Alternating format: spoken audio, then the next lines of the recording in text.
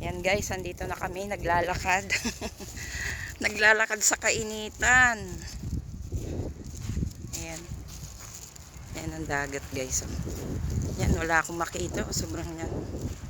Liwaan na ng see? Ayan. Ito ang Pawpaw Beach. Ayan, naglalakad kami. Doon kami sa ilalim ng puno. Kasi yung cottage dito ay mga puno. Maraming tao. Yan, dito daw kami. Yan. Ay! Mangingitim tayo. Mangingitim tayo nito. Yan na. Wala na dun sa dati? Hindi, saan natin ilalagay yung ano?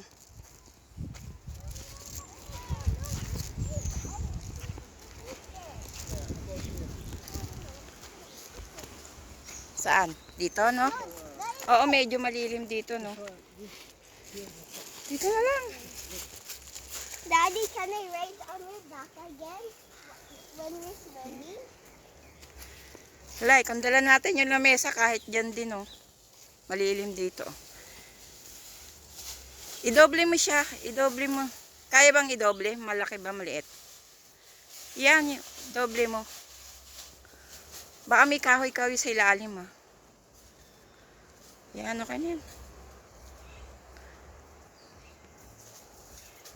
Mamaya pala kasi mag-shower ka dun, oh. Para makapagpalit ka ng damit.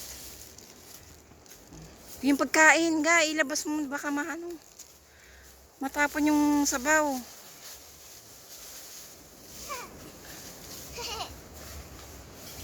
Yan guys, nandito kami sa ilalim ng puno kasi dito malilim. Yan, dito lang kami. O, tapos ito na yung dagat. Yan. Yan siya. Yan, hindi kasi kami nakapagdala ng lamesa. Yung maliit na table. Yan, kasi nga maraming bit-biti. Okay na yan. Ba't may buhangin kagad yung ibabaw? Yung feet ko, yung sand. Kasi dito may lagay yung tsinelas mo. Dapat, oh, pagliban mo rito. Matinik. Hey, Daddy. Yan, dito na kami kasi dito. Pag dito, lulubog, no? Oo nga, dito na lang kami, guys.